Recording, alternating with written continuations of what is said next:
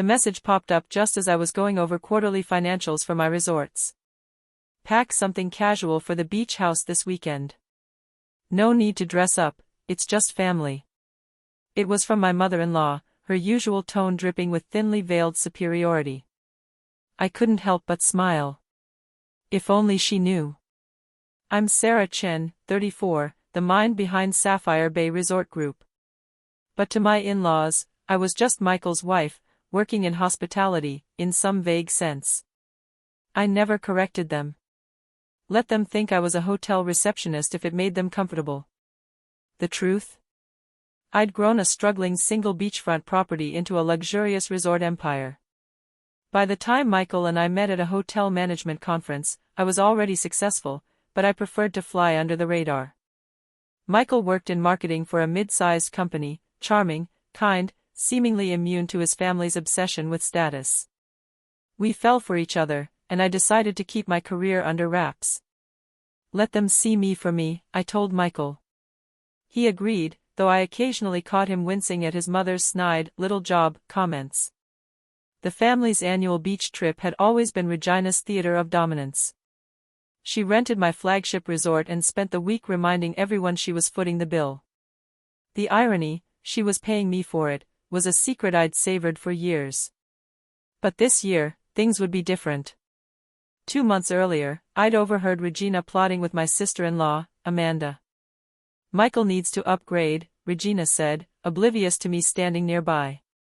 Jessica from his office would be perfect.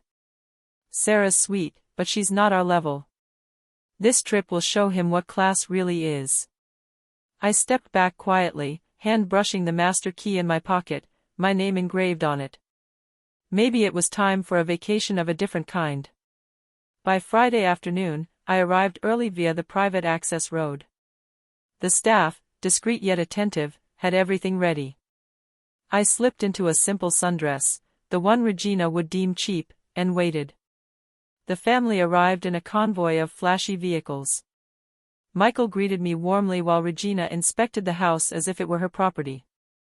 Amanda trailed with her husband Tom, and Jessica, resplendent in designer swimwear, clearly ready to outshine me. Sarah, dear, Regina cooed, help Maria with the luggage, won't you? I smiled sweetly.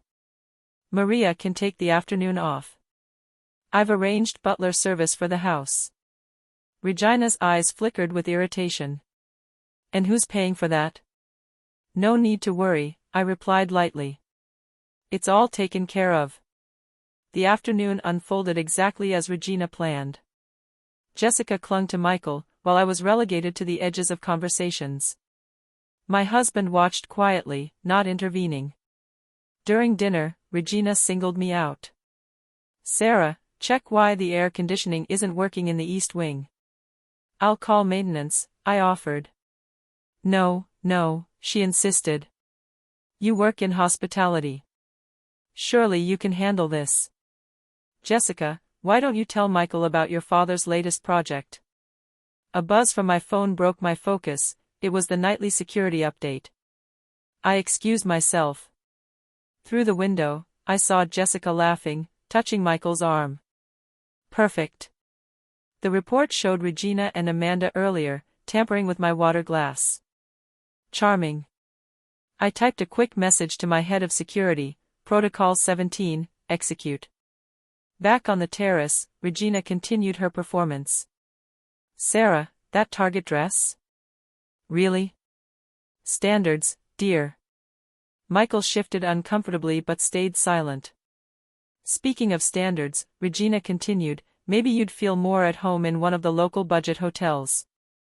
This is a family gathering, after all. Michael opened his mouth, then closed it. At that moment, the terrace doors swung open. John, my head of security, appeared with 2 officers. Mrs. Chen, is everything all right? He asked formally. Regina stiffened. Who are you? How dare you interrupt dinner? Sarah, handle this immediately. I smiled, drawing my master key card and ID. Actually, Regina, this is my responsibility. As CEO and owner of Sapphire Bay Resorts, I must inform you that your reservation is cancelled.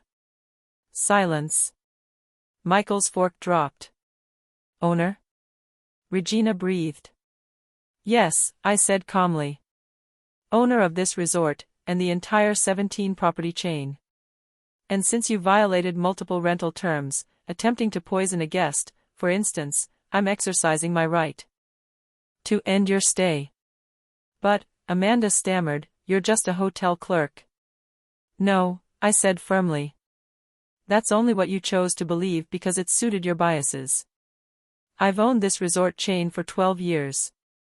I let you treat me like staff to see who you really were. Congratulations, you've passed the test. I turned to Michael, who looked at me as if seeing me for the first time. Michael, I'm disappointed, but not surprised by your actions. Expect to hear from my attorney regarding the divorce.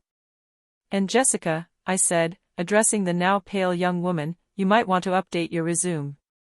I've just acquired a controlling stake in your father's company. Your position will be eliminated in tomorrow's restructuring. Regina's voice rose. You can't do this. We have a contract. The contract you never read, the one granting me the right to evict guests for cause. John, please escort them out. Their belongings will be sent to whatever accommodations they can find in town. I added with a small smile, though I should warn you, I own every luxury property in a 50-mile radius. You might want to try the Motel 6. You've been deceiving us for years. Regina shrieked as security began guiding them off the terrace. Regina, I said calmly, I simply allowed you to reveal your true selves. You never asked about my work or my life. You were too busy plotting to replace me with someone you considered more suitable to your social status. I watched them escorted to their cars, Regina ranting, Amanda sobbing, Jessica frantically dialing her phone. Michael lingered. Sarah, I didn't know. That's exactly it, Michael, I interrupted. You didn't want to know. You were too preoccupied with pleasing your mother to defend your wife. Good luck with the divorce. Don't worry about the settlement, I've already wired enough for a small condo. Maybe your mother will let you move into her pool house. As their convoy vanished down the private road, I turned to Maria, still wide-eyed. Maria, I want to offer you a promotion, head of housekeeping across the resort, full benefits, and triple your current pay. Tears of joy streamed down her face as she hugged me. Thank you, Mrs. Chen. I can't believe you let them treat you that way all these years. I smiled at the sunset over the resort. Sometimes, Maria, the best revenge is letting people show you who they truly are. Now, let's talk about your new responsibilities over dinner. I believe a beautiful meal is waiting for us. 3 days later, a video of Regina's meltdown went viral. Someone, probably a staff member, had captured security escorting her off the property while she shrieked, "But where, FALE?" Millions of views later, social media dubbed it the Beach House Boss Lady Saga, digging up Regina's own posts boasting about paying for luxurious family vacations at Sapphire Bay. From my penthouse suite, sipping coffee and reviewing acquisition proposals, I watched the aftermath. Calls from Regina, Michael, Amanda, and their social circles flooded my phone. I blocked them all. The only call I answered was from Jessica's father. "Mrs. Chen," he said carefully, "we need to discuss the recent changes in company ownership." "Mr. Bradford," I replied, "we do, particularly your daughter's attempts to interfere with my marriage. I'm sure the board would be very interested in the messages between her and my mother-in-law, plotting during a company event." Silence on the other end was satisfying.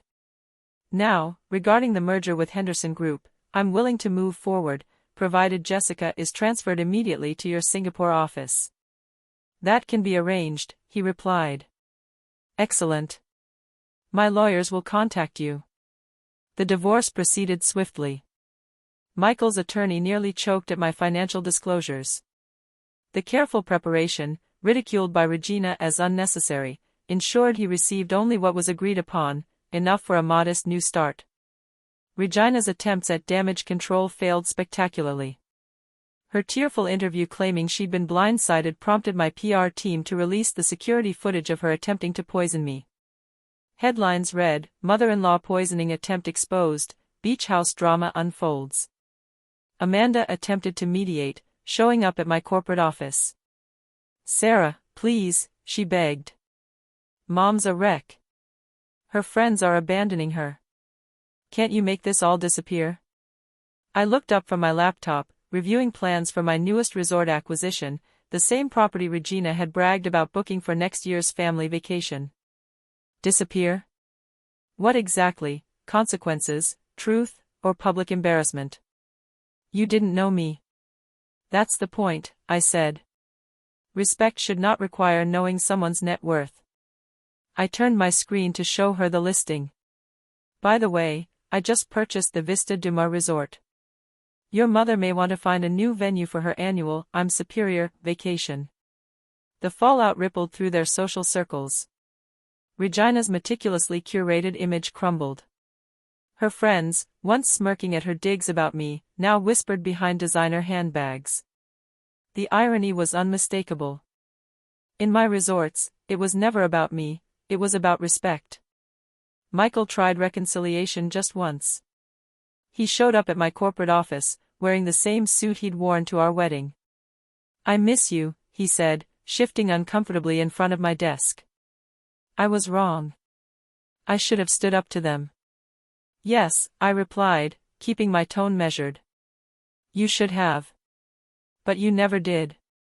Not once in 5 years. And you didn't know what I really did. If you had. That's the point, Michael, I interrupted. You needed to know I was wealthy to treat me properly. Being your wife should have been enough. He left with slumped shoulders, finally realizing what he'd lost, not money, thanks to the prenuptial, but my trust, my respect, and any chance of a shared future. 6 months later, I hosted a charity gala at my flagship resort. Millions were raised for hospitality scholarships. Maria, now head of housekeeping, delivered an inspiring speech about opportunity and second chances. Regina tried to buy a ticket. Her payment was returned with a note, "We reserve the right to refuse service." Media coverage exploded. Business magazines that once dismissed me as lucky now celebrated my strategic brilliance. A leading business journal requested a feature for their Women in Leadership issue. I told the interviewer, I almost have to thank them. Their treatment of me taught me invaluable lessons about character and human behavior. Those lessons shaped the culture of my company. Every employee, from dishwasher to executive, receives the same respect. The article went viral. Applications to my resorts tripled. I implemented a hiring policy. Any trace of elitism or superiority automatically disqualified candidates. A year after the beach house debacle, I received an invitation to Michael and Jessica's engagement party. She had returned from Singapore, and they were back together. The venue? The one luxury hotel in town I didn't own. I sent a gift, a framed copy of the rental agreement from that infamous weekend, highlighting the behavior-based eviction clause. My note read, "Congratulations. May your new family treat each other better than your last one treated me." Regina, I heard, had sold her beloved beach house. The buyer? My company, through a shell corporation. I transformed it into a retreat for overworked hospitality employees. Sapphire Bay Resort's reputation evolved. Beyond luxury, we became renowned for corporate culture, employee retention, and zero tolerance for guest harassment of staff. Maria's daughter earned our first full-ride scholarship to Cornell's hotel management program. When Regina's friends complained about declining service standards, I revoked their loyalty program memberships. 2 years later, during a routine acquisition of a small, exclusive country club, the one Regina had long dominated, my assistant mentioned a detail. "Mrs. Chen, Mrs. Reginald Wallace holds a lifetime membership." I smiled, recalling years of condescension. "Please inform Mrs. Wallace that under new ownership, all memberships are reviewed. Her presence will make other members uncomfortable." The letter went out the same day she received an invitation to Michael and Jessica's wedding at a modest hotel ballroom. I donated her membership fees to the scholarship fund. Maria's youngest daughter was the first beneficiary. From my penthouse office overlooking the ocean, I sometimes think about that last family dinner at the beach house, their shock, the sudden realization that the person they dismissed wielded all the power. True power, I've learned, isn't wealth or status. It's staying true to yourself, treating everyone with dignity, and never letting anyone else define your worth. Regina still drives past the resort. I've watched her slow down at the gates, staring at the sign with my name. I wonder if she finally understands that her gravest mistake wasn't underestimating my wealth, it was underestimating me. The beach house where it all ended is now my private retreat. I kept one souvenir from that final dinner, the wine glass Regina tried to spike, displayed in my office, a reminder that real success is maintaining dignity while letting others reveal their true character. Last week, I received a letter from Michael, an invitation to his wedding with Jessica, along with a handwritten note. I know you won't come, but I wanted you to see rock bottom. You were right. I'm sorry I didn't see it sooner. I replied on sapphire bay letterhead. Congratulations. I've booked you the honeymoon suite at our Singapore property. Consider it my wedding gift, and a reminder that class has nothing to do with money. Of course, the suite didn't exist, but some lessons are best learned the hard way.